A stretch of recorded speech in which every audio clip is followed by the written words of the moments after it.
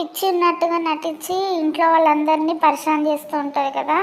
అప్పుడు దర్శన్ ఒకటే నిర్ణయం తీసుకొని వాళ్ళ ఇంట్లో వాళ్ళందరూ చెప్తాడు. తన ఫ్రెండ్ అయిన సైకియాట్రిస్ట్ విశాల్ గారిని పిలిపించి తనకు బాగు చేద్దామని అంటాడు. తర్వాత విశాల్ గారు వస్తారు.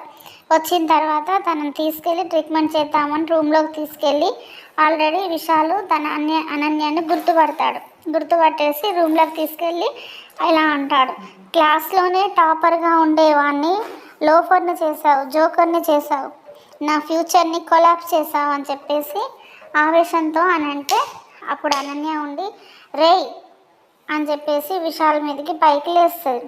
లేచిన తర్వాత విశాల్ అంటాడు కదా, ఈ పిచ్చి డ్రామాలు ఎవరి కోసం అని చెప్పేసి అంటాడు. అని అంటే అప్పుడు అన్నీ ఉండి అంటే కదా, ఈ ఆస్తి కోసం, ఈ ఇంటిని నా గుప్పెట్లో తెచ్చుకోవడానికి, ఆ ఆనంద భైరవి స్థానంలోకి నేను రావాలి అని చెప్పేసి అంటుంది.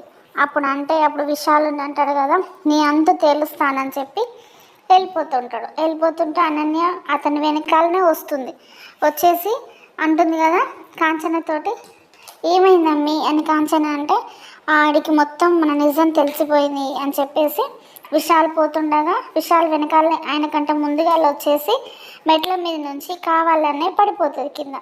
కింద పడిపోతే దొర్లుకుంటా కిందికి వచ్చేసి అప్పుడు విశాల్ చూసి షాక్ అవుతాడు. ఏంది ఇట్లా వేసింది అన్నట్టుగా చూస్తాడు.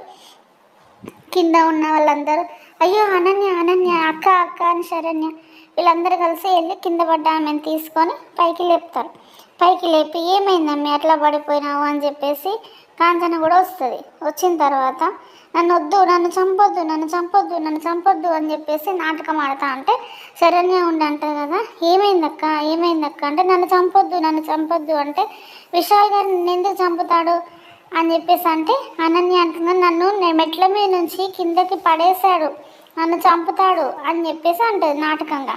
అన్నప్పుడు శరణ్య అంటుంది కదా, ఆయన డాక్టర్ అక్క, నిన్ను బాగు చేయడానికి వచ్చాడు, నిన్నెందుకు చంపుతాడు అని చెప్పేసి వాళ్ళ అక్క అనన్యతో అంటుంది. కానీ ఆమె పిచ్చి డ్రామాలు ఆటలు ఆడి విశాల్ గారు ట్రీట్మెంట్ చేయకుండా తన గురించి నిజం చెప్పకుండా చేయడానికి తన ఇంట్లో నాటకం ఆడుతుంది. కానీ విశాల్ గారు చెప్పారా దర్శన్కి క్లోజ్ ఫ్రెండ్ కదా, మరి అనన్య ఆడుతున్న నాటకం అని పిచ్చి ఏం లేదని చెప్పి తనకు చెప్తాడో లేదో నెక్స్ట్ ఎపిసోడ్లో చూద్దాం.